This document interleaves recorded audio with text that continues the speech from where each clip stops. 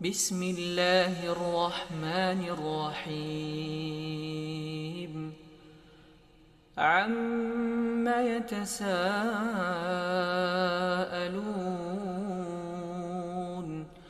عن النبأ العظيم الذي هم فيه مختلفون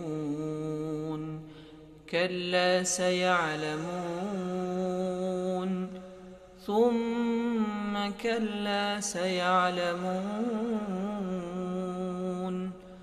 ألم نجعل الأرض مهادا والجبال أوتادا وخلقناكم أزواجا وجعلنا نومكم سباتا وجعلنا الليل لباسا وجعلنا النهار معاشا وبنينا فوقكم سبعا شدادا وجعلنا سراجا وهاجا وأنزلنا من المعصرات ماء ثجاجا لنخرج به حبا ونباتا وجنات ألفافا إن يوم الفصل كان ميقاتا يوم ينفخ في الصور فتأتون أفواجا وفتحت السماء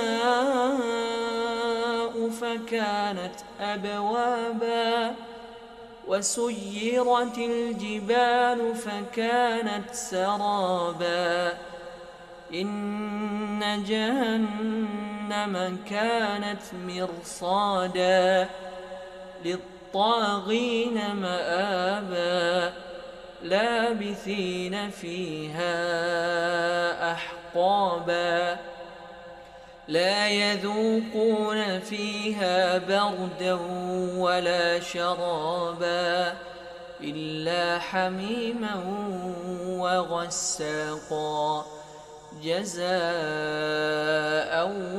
وفاقا إنهم كانوا لا يرجون حسابا وكذبوا بآياتنا كذابا وكل شيء أحصيناه كتابا فذوقوا فلن نزيدكم إلا عذابا إن للمتقين مفازا حدائق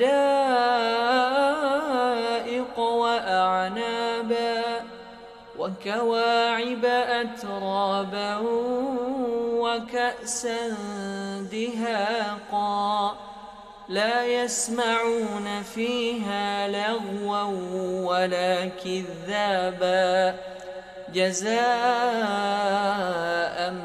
من ربك عطاء حسابا رب السماوات والأرض وما بينهما الرحمن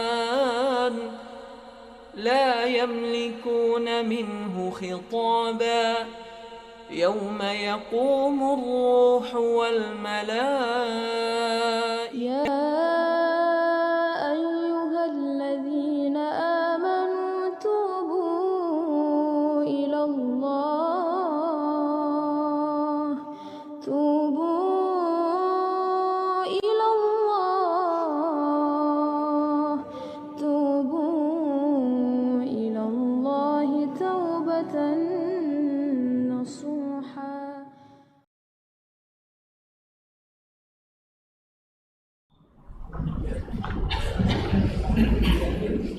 Bismillahirrahmanirrahim. Assalamualaikum warahmatullahi wabarakatuh.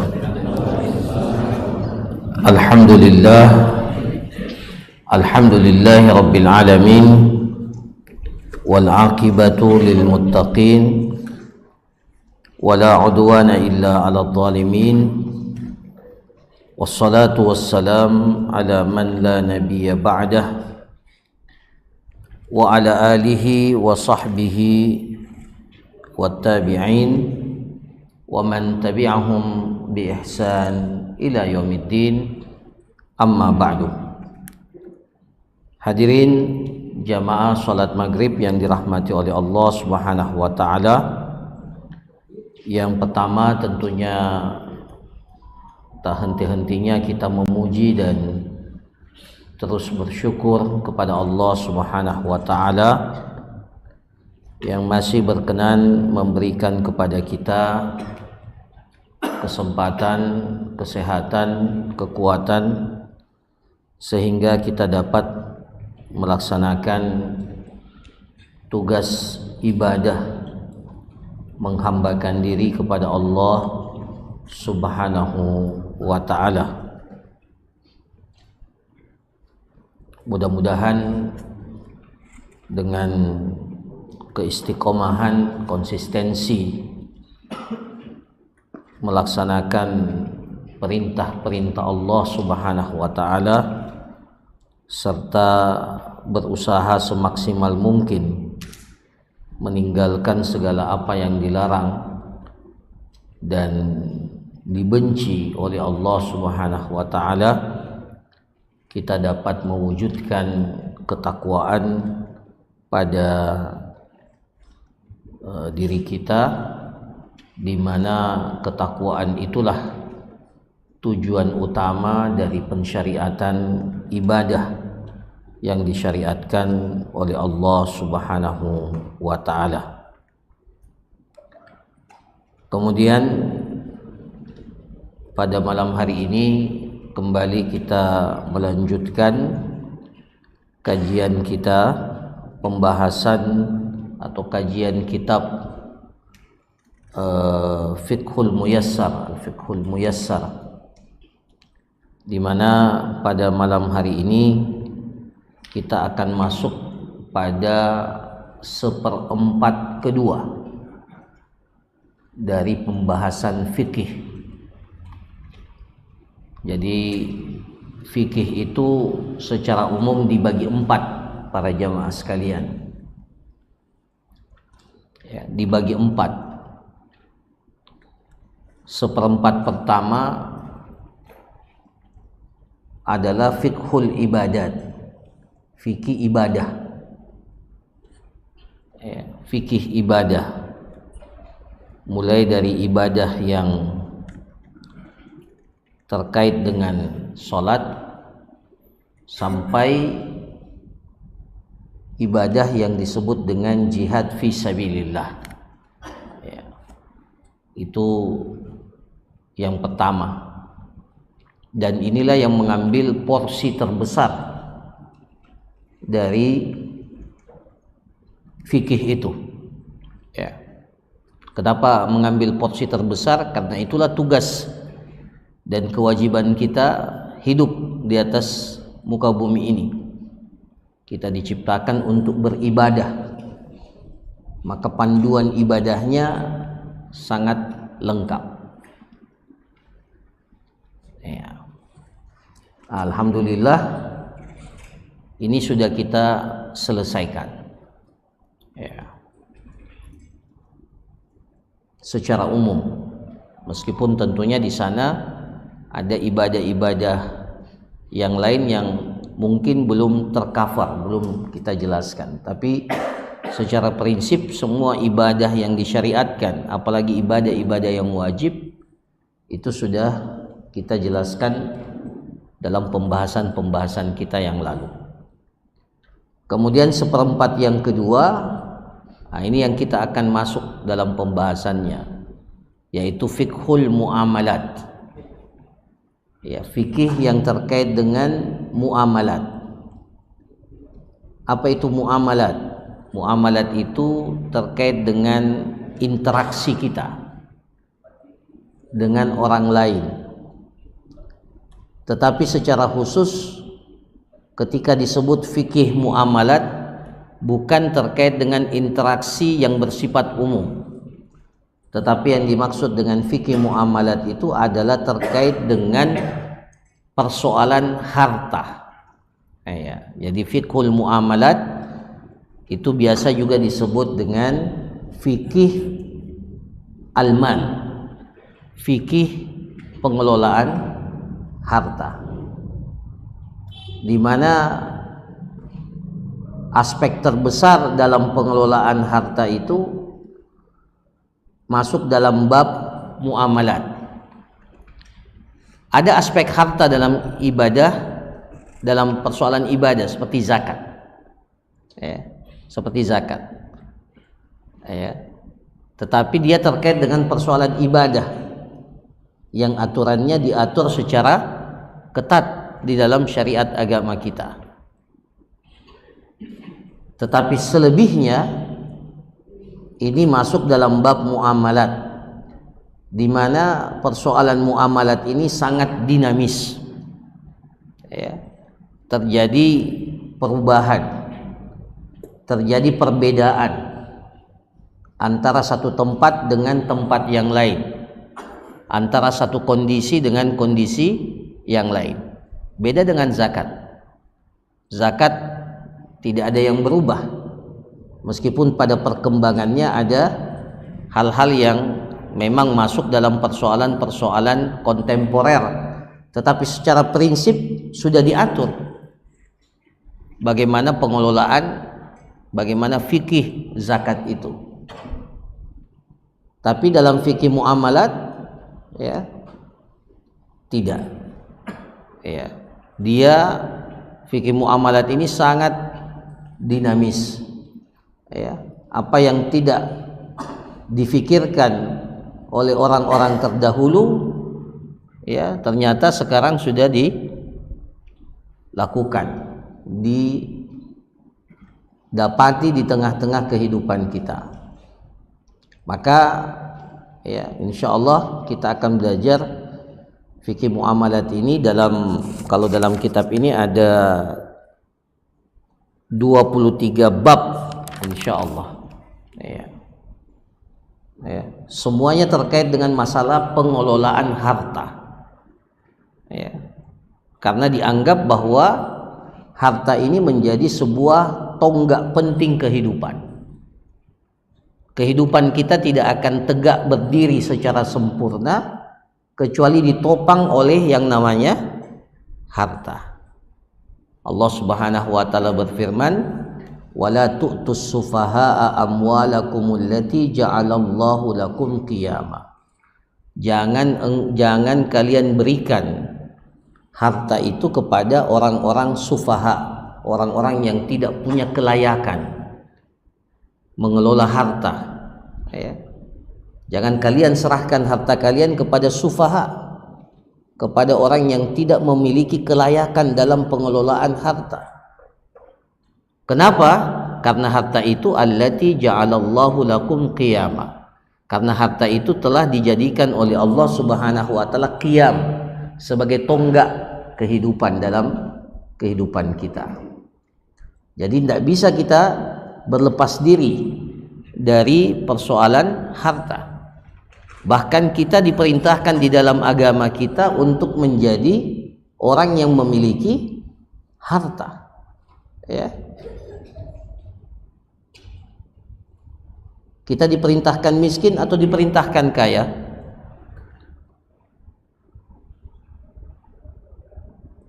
Tolong dijawab.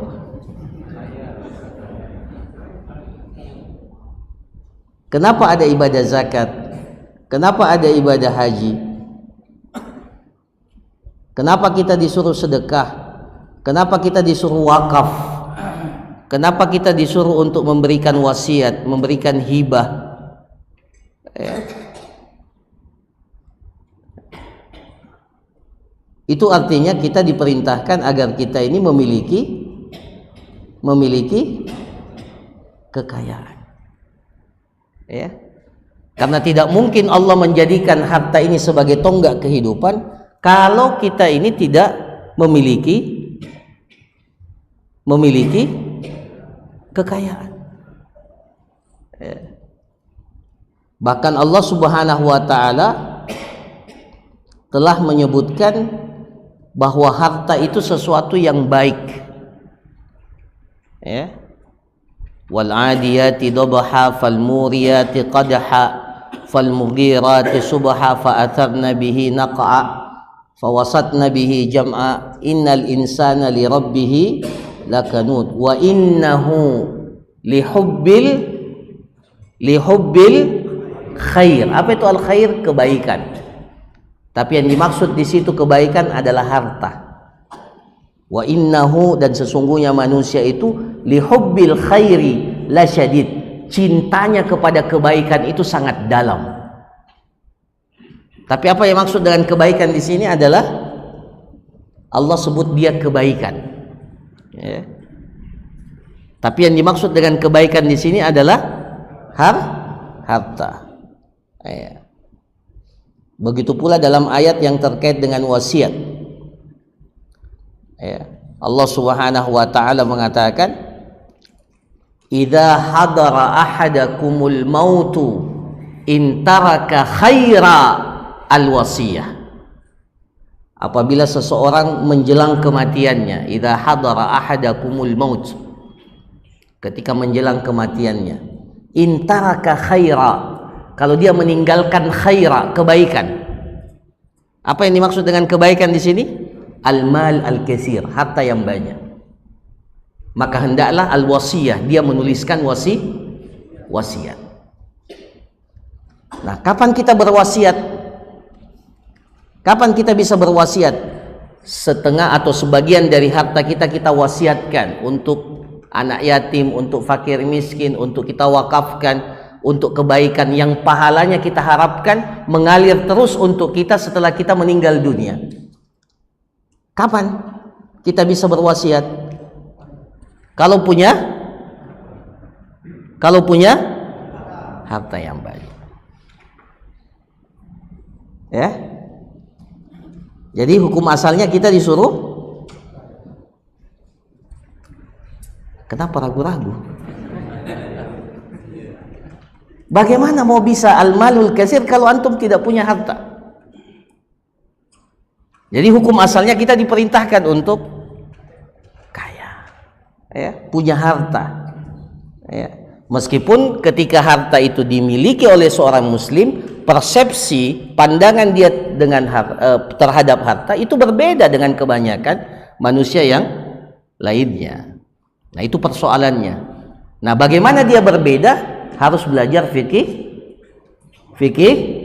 muamalat. Dia tahu, ya, karena harta nanti ini pada hari kiamat pertanyaannya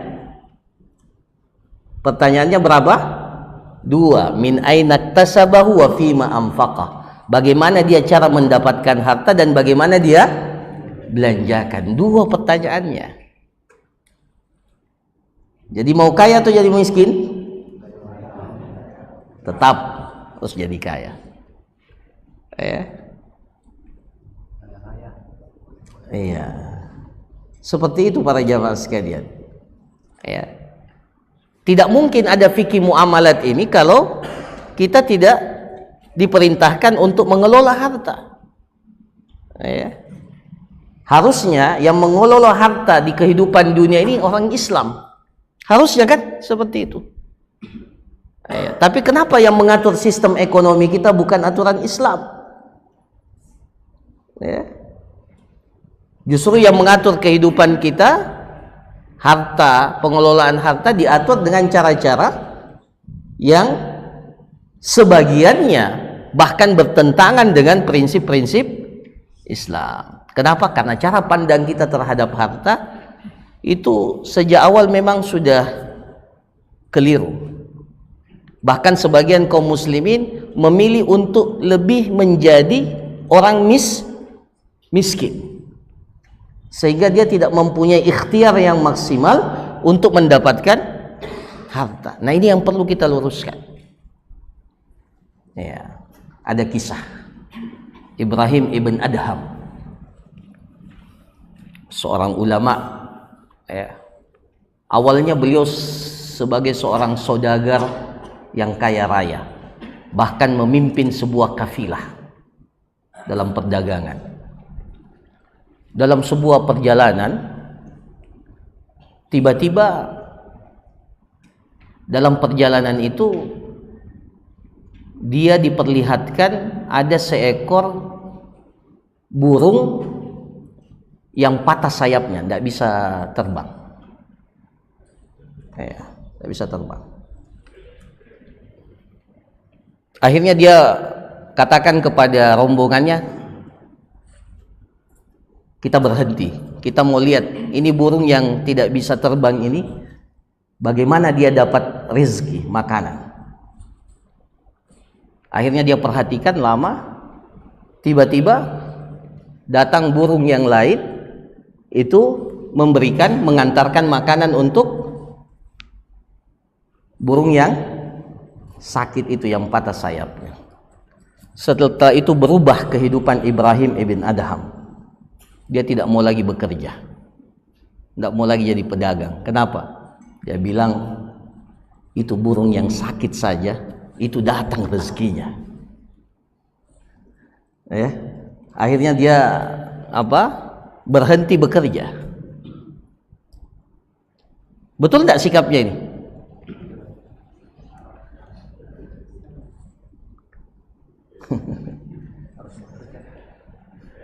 Jadi dia berhenti bekerja karena dia bilang, saya tidak bekerja, insya Allah pasti datang rezeki, karena rezeki itu sudah ditetapkan oleh Allah. Akhirnya dia berhenti bekerja. Akhirnya datang seorang sahabat temannya mengingatkan dia, kenapa engkau tidak bekerja? Dia bilang, itu burung yang sakit itu saja datang rezekinya, ngapain bekerja? Pasti ya rezeki itu akan datang. Akhirnya temannya bilang, wahai Ibrahim, iya betul, memang ada burung yang sakit. Tetapi kenapa engkau memilih untuk jadi seperti burung yang sakit? Kenapa engkau tidak menjadi burung yang memberikan mengantar makanan itu? Akhirnya setelah itu berubah lagi. Iya. Jadi para jamaah sekalian, ini kan konsep Islam bahwa tangan di atas itu lebih baik daripada tangan di bawah. Nah, tangan di atas itu harus punya harta. Jadi kalau ada orang yang ingin menjadi kaya, jangan dicela. Harus kita doakan, mudah-mudahan harta yang dia miliki itu bermanfaat untuk kehidupannya dan kehidupan kaum muslimin. Nah, ini pengantar singkat betapa pentingnya kita memahami konsep kepemilikan harta dalam Islam. Makanya ada fikih muamalat ini, supaya ketika kita memiliki harta, dalam proses kita mendapatkan harta, mengelola harta, kita punya tuntunan. Tidak seperti sebagian orang mau halal mau haram,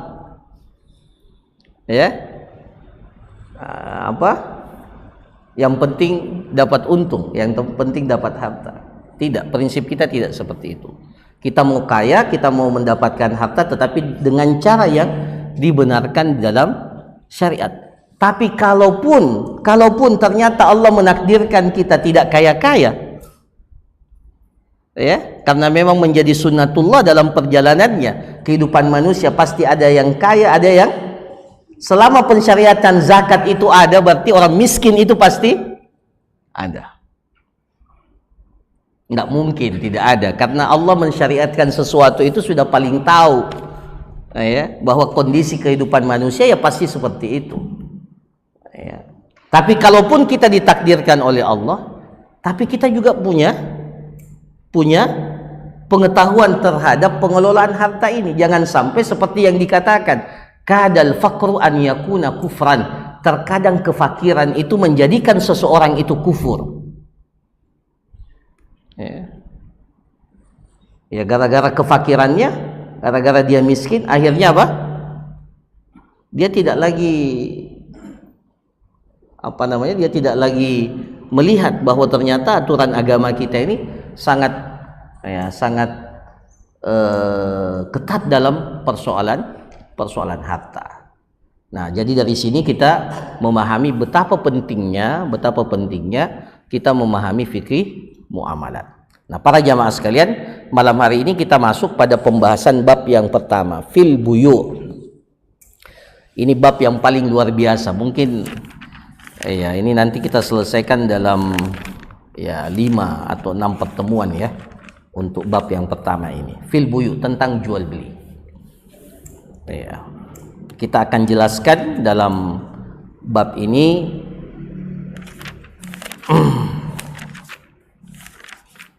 di sini disebutkan ya, dalam kitab ini 9 masalah. 9 masalah. Yang pertama definisi jual beli dan hukumnya, yang kedua rukun jual beli, yang ketiga apa hukum persaksian dalam jual beli, yang keempat masalah khiyar dalam jual beli. Ya, khiyar itu apakah kita melanjutkan jual beli atau membatalkannya, itu namanya hak khiyar. Kemudian yang kelima syarat-syarat jual beli, yang keenam jenis-jenis jual beli yang dilarang, yang ketujuh pembatalan jual beli. Jadi kalau ada orang yang ingin membatalkan, dia sudah beli barangnya, bahkan sudah dipegang barangnya, tiba-tiba dia mau batalkan, apa hukumnya pembatalan itu? Ya, itu namanya iqalah. Kemudian yang kedelapan akad murabahah, ini yang paling banyak dilakukan sekarang, akad murabahah. Kita melakukan transaksi dengan akad murabahah, ini akan dijelaskan. Dan yang kesembilan, ini bai'ut bitaksid, jual beli cicilan.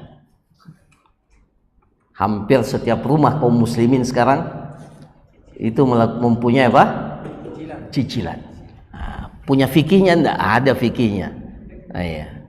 Jadi jangan hanya mencicil saja, tidak tahu fikihnya. Ya. Umar bin Khattab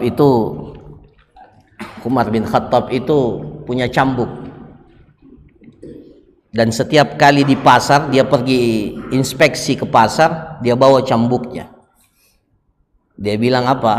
La yadkhulanna suqana illa faqih. Tidak boleh masuk ke dalam pasar ini kecuali orang yang mengerti fikih jual beli. Seandainya Umar hidup hari ini, sudah banyak yang dikeluarkan dari pasar, dicambuk oleh Umar. Tidak pantas. Ya. Kenapa?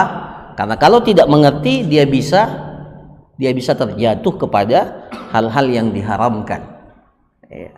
Nah, para jamaah sekalian yang dirahmati oleh Allah, kita masuk pada pembahasan yang pertama, yaitu ta'riful bai' wa hukmuhu, definisi jual beli dan hukumnya. Apa jual beli itu? Ta'riful bai'. Jadi dalam bahasa Arab jual beli itu namanya bai', al-bai'. Ya, wa ahallallahul bai'a. Allah menghalalkan al-bai'. Itu jual beli. Ya.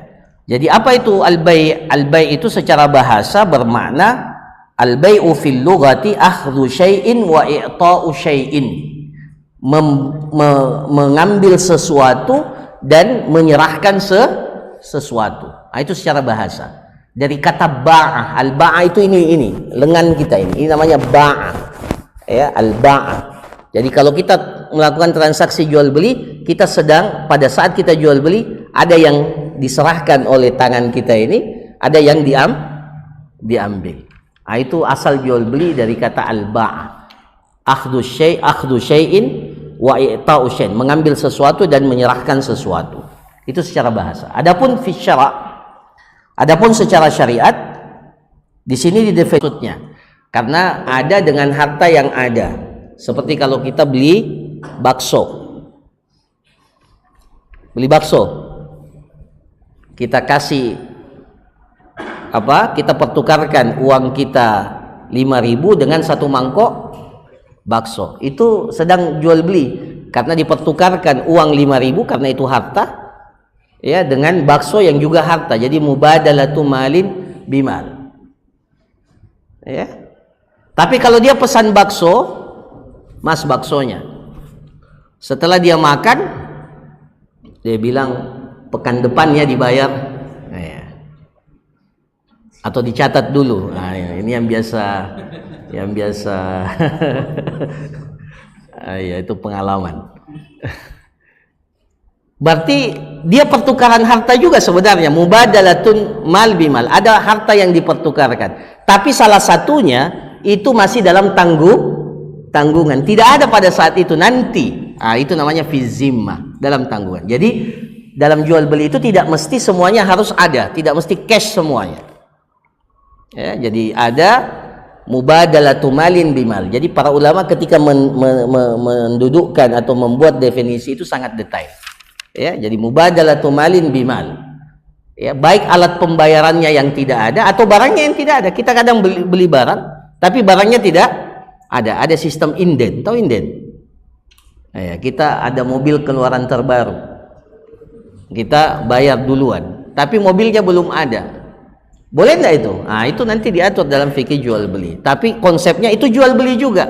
Meskipun salah satu barangnya itu tidak ada, masih dalam tanggungan. Nah, itu namanya mubadalatu malin bimalin walau fi zimma. Au manfaatin mubahah ala ta'bid, atau manfaat yang dibenarkan, yang dibolehkan.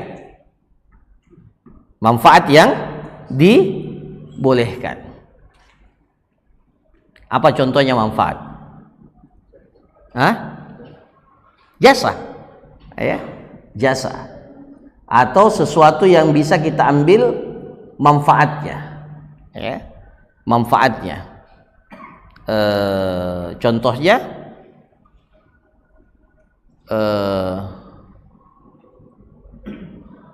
ada barang yang kita inginkan dari barang itu bukan bendanya sebenarnya, manfaatnya. Ya. Seperti kalau kita mau ke Jakarta, kita harus naik pesawat. Ketika kita beli tiket, itu kan jual beli juga.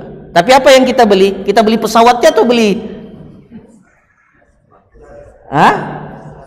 Beli manfaatnya. Ya. Jelas? Ya, jadi kadang yang dipertukarkan itu bendanya atau manfaat yang kita ingin dapatkan. Ya. Alat ta'bid. Ya, alat ta'bid itu maksudnya ketika dia sudah dibeli maka terjadi perpindahan ke pemilikan selama-lamanya. Ya. Selama-lamanya. Nah, itu maknanya. Ya. Jadi kalau sudah jual beli maka kepemilikannya berpindah dan berstatus bahwa kepemilikan itu bersifat permanen selama-lamanya. Itu jual beli. Nah, inilah di sini nanti bedanya dengan apa? Dengan sewa menyewa. Kalau sewa menyewa itu tidak selamanya. Ya, hanya dalam batas waktu tertentu. Ya. Ya, fokus sewa menyewa itu pada manfaat, bukan pada barang. Ya. Ya. Nah, kemudian dikatakan gaira riban wa qardin, selama dia bukan jual beli ribawi dan selama dia bukan akad utang piutang. Jual beli ribawi, jual beli juga atau bukan? Jual beli juga. Jual beli kan? Seseorang mempertukarkan beras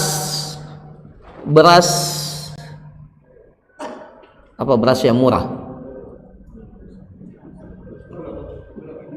Iya, yang murah. Beras, ya, memangnya beras Dolok itu murah semua ya? Iya, ya, umpamanya beras, ya susah kalau menyebut merek, tidak bagus. Beras kualitas di bawah ya, 10 kilo dijual atau dipertukarkan dengan beras ketan. Beras ketan itu mahal ya. Nah, beras ketan 5 kilo 5 kilo kan, 10 kilo beras biasa dipertukarkan dengan beras ketan 5 kilo.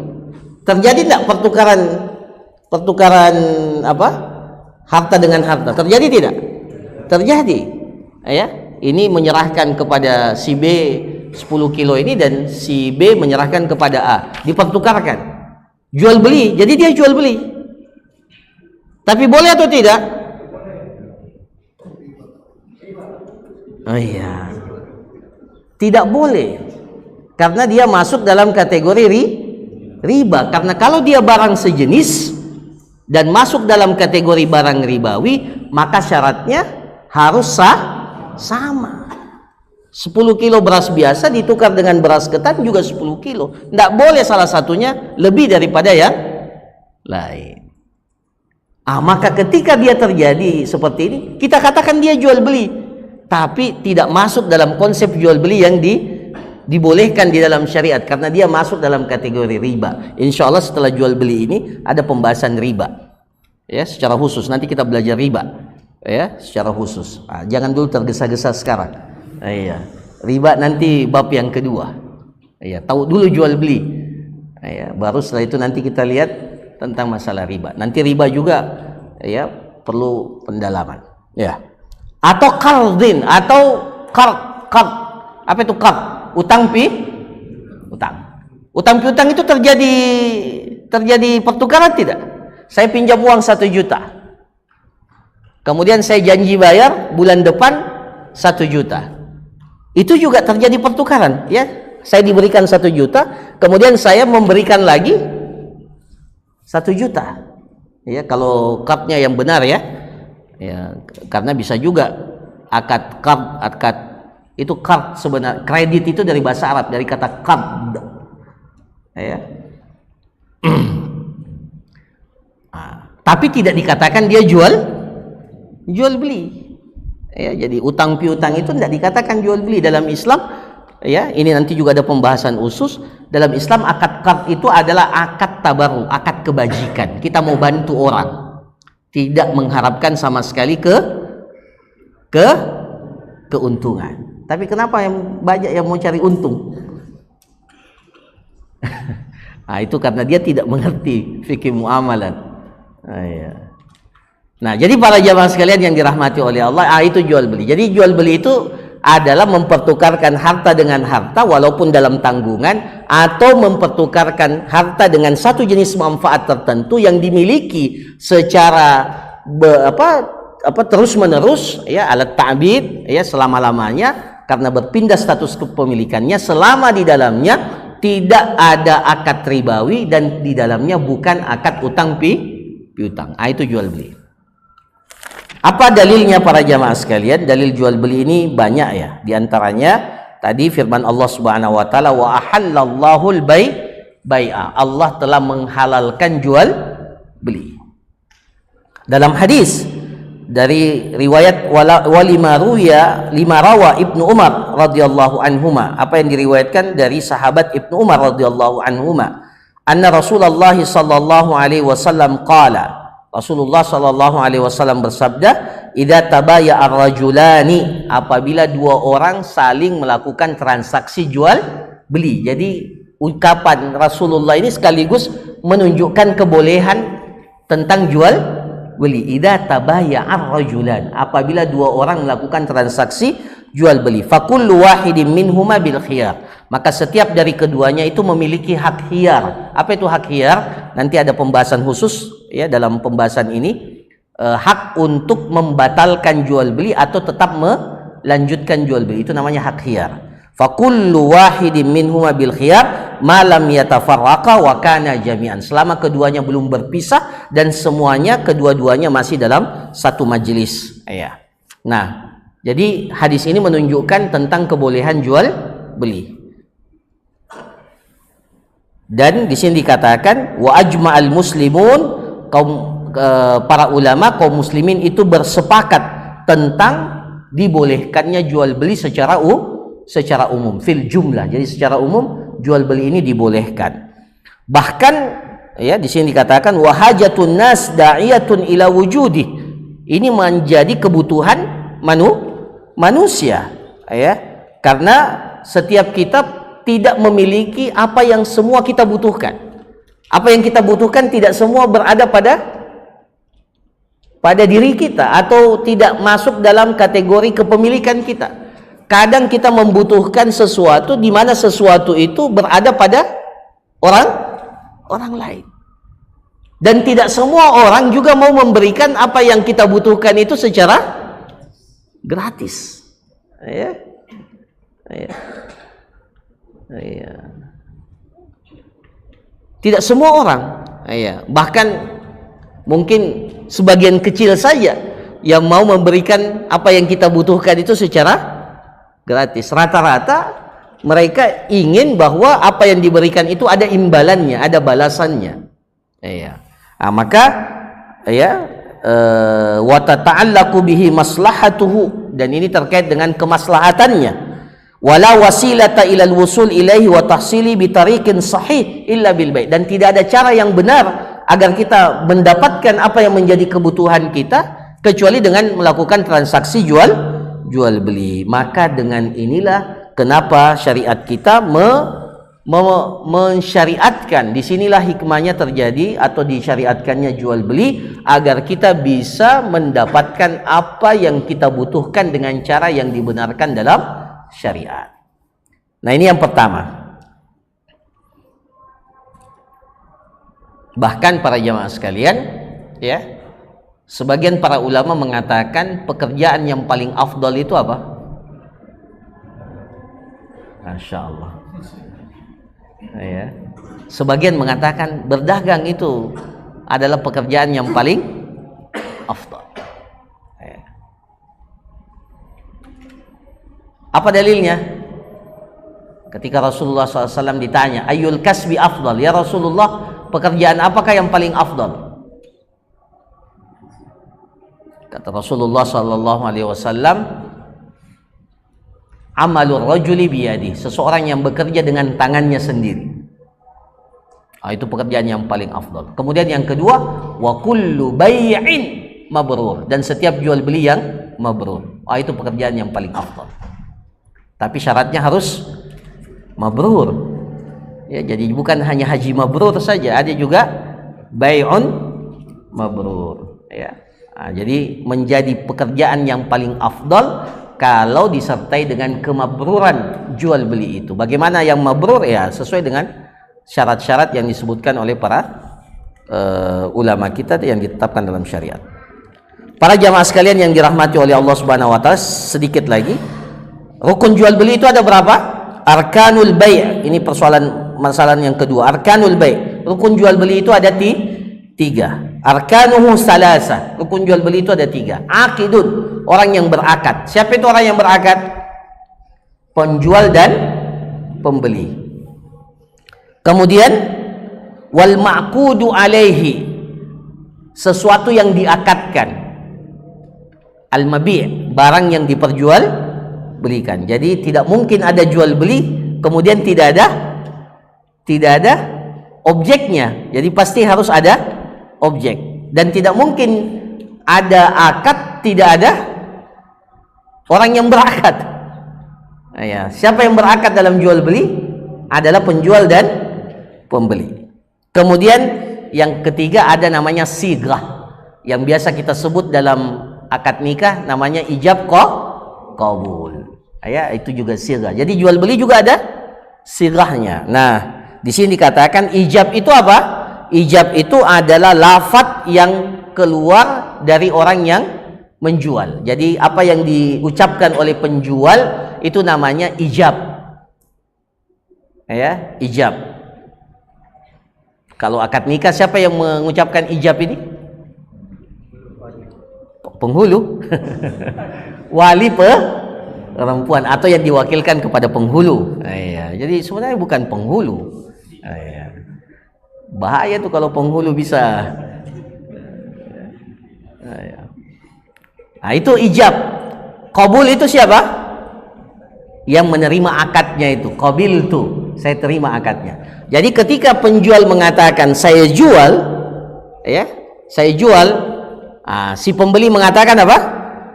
Ya, qabul, itu namanya qabul. Wal mushtari al-lafzu sadir minal mushtari, lafaz yang keluar dari pembeli itu namanya apa?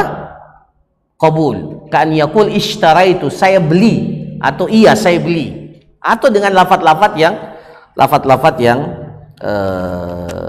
dipergunakan untuk transaksi jual beli. Nah, ini masuk dalam kategori sighah qauliyah, akad sighah yang sifatnya ucapan. Tapi di sini dikatakan amma sighatul fi'liyah. Jadi ada akad jual beli ijab qabulnya itu tanpa kata-kata. Dan ini paling banyak kita lakukan sekarang. Kita masuk ke toko, toko. Kemudian di toko itu barangnya sudah ada harganya. Kita datang ke kasir bawa barang itu, kita serahkan barang itu. Kemudian di layar dikatakan sekian harganya. Kita bayarkan itu, kemudian barang itu kita ambil, sama sekali tidak ada ijab qabul, saya jual, saya beli, tidak ada sama sekali. Itu juga masuk dalam kategori sirah fi'liyah, ya. Tapi ini hanya khusus dijual beli, tidak boleh dipakai di akad nikah ini.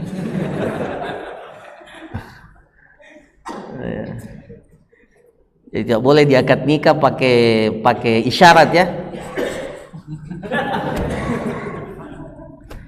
Tidak boleh. Kecuali bagi orang yang tidak bisa bicara dengan isyarat yang difahami. Tapi kalau masih mampu bicara, tapi ini hanya khusus di jual beli. Sirah namanya dalam fikih namanya mu'atah. Mu'atah itu saling memberikan tanpa ada ucapan. Itu dibolehkan. Ya, di sini dikatakan al-akhdhu wal i'ta'. Ya, jadi memberikan dan mengambil tanpa ada kata-kata, ya. Atau salah satu daripada keduanya, si pembelinya mengatakan ijab, penjualnya hanya dengan perbuatan isyarat, atau sebaliknya, atau dua-duanya, ya. Apalagi sekarang kita bertransaksi kadang dengan mesin. Kita ke bandara, kita butuh sesuatu, ada mesin jual apa?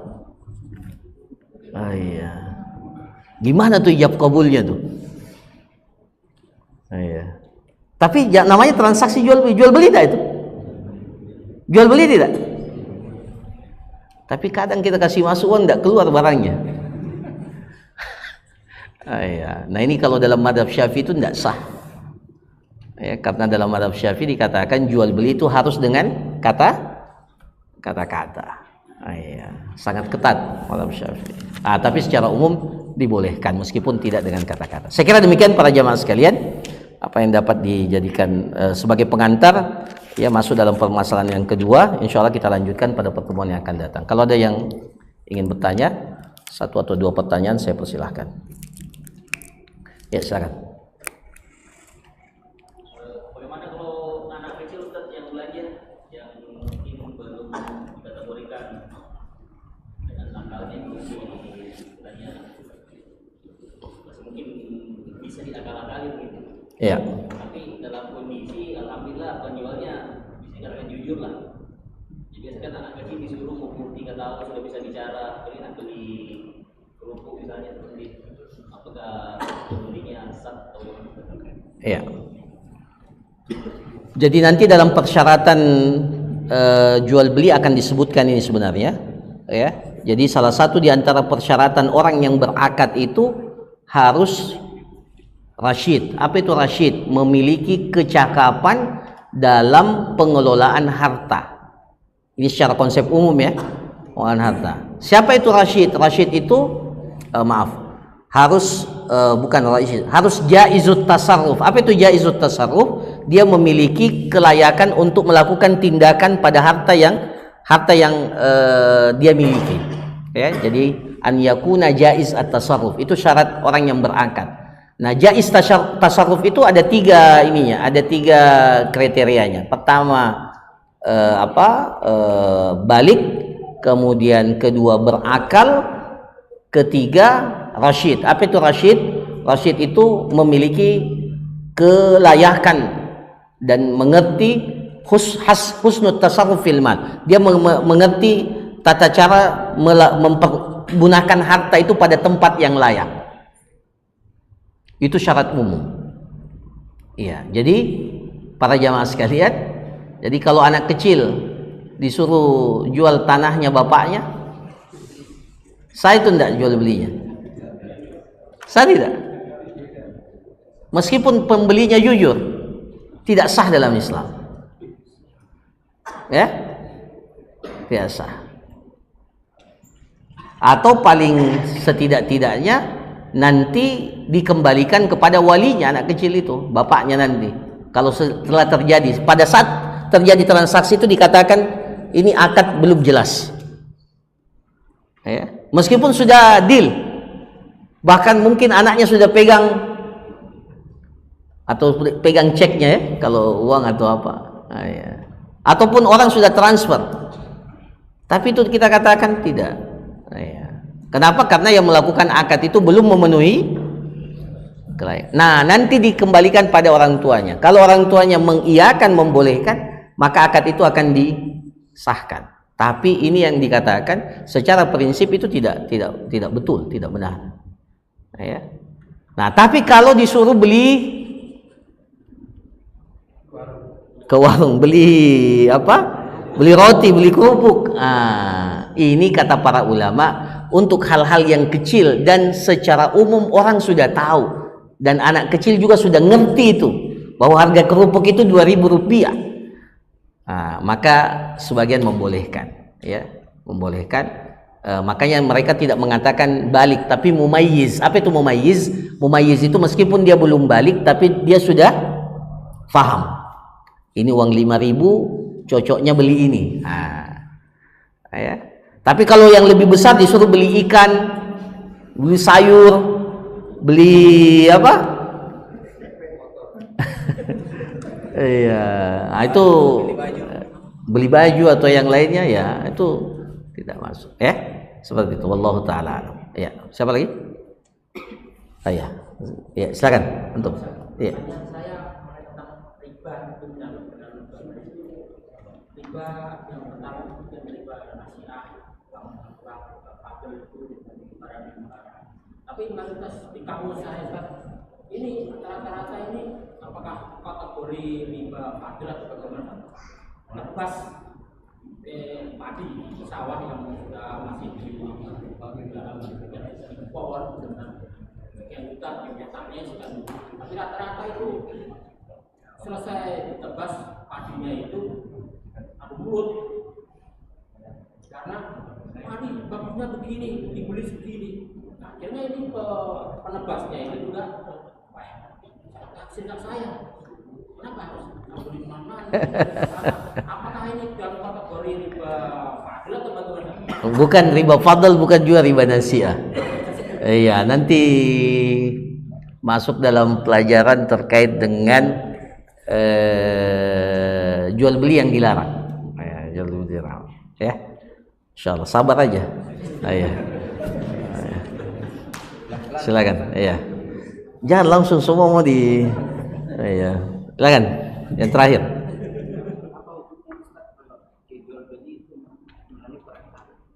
Melalui perantara.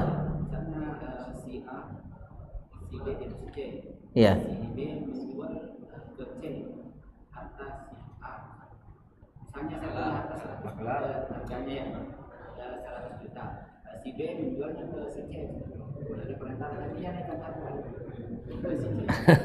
Iya.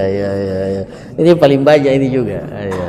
Dan sekarang berkembang itu perwakilan. Nanti ada akad namanya akad wakala ya. Sabar jangan. Semuanya ini ada akad wakala dalam Islam, ada namanya akad wakala. Akad perwakilan jual beli. Akad perwakilan. Nah, itu nanti maklar. Boleh secara umum boleh ya. Secara umum boleh, tapi tentunya nanti dalam akad wakala itu yang paling penting di situ dibatasi perwakilan yang diwakilkan kepadanya dalam hal apa. Apakah termasuk menaikkan harga itu masuk atau tidak? Ya, atau wakalanya sifatnya umum, dia bilang yang penting jual. Mau berapa yang penting jual sekian, yang penting saya terima sekian. Itu kan beda nanti dengan yang mengatakan jual ini dengan harga 10 juta. Itu akan beda. Jadi secara umum boleh ya, secara umum boleh akad wakalah itu, tapi nanti dibatasi apakah wakalanya terikat atau terbuka. Nah, itu nanti yang menentukan hukumnya. Ya. Tapi sabar aja. Ya. Saya kira demikian para jamaah sekalian. Barakallahu fikum. Kita tutup. Subhanakallahumma rabbana wa bihamdik nasyhadu an la ilaha illa anta nastaghfiruka wa atubu ilaik. Wa sallallahu ala nabiyyina Muhammad wa ala alihi washabbihi ajmain. Assalamualaikum warahmatullahi wabarakatuh. Ya ayyuhalladzina amanu tubu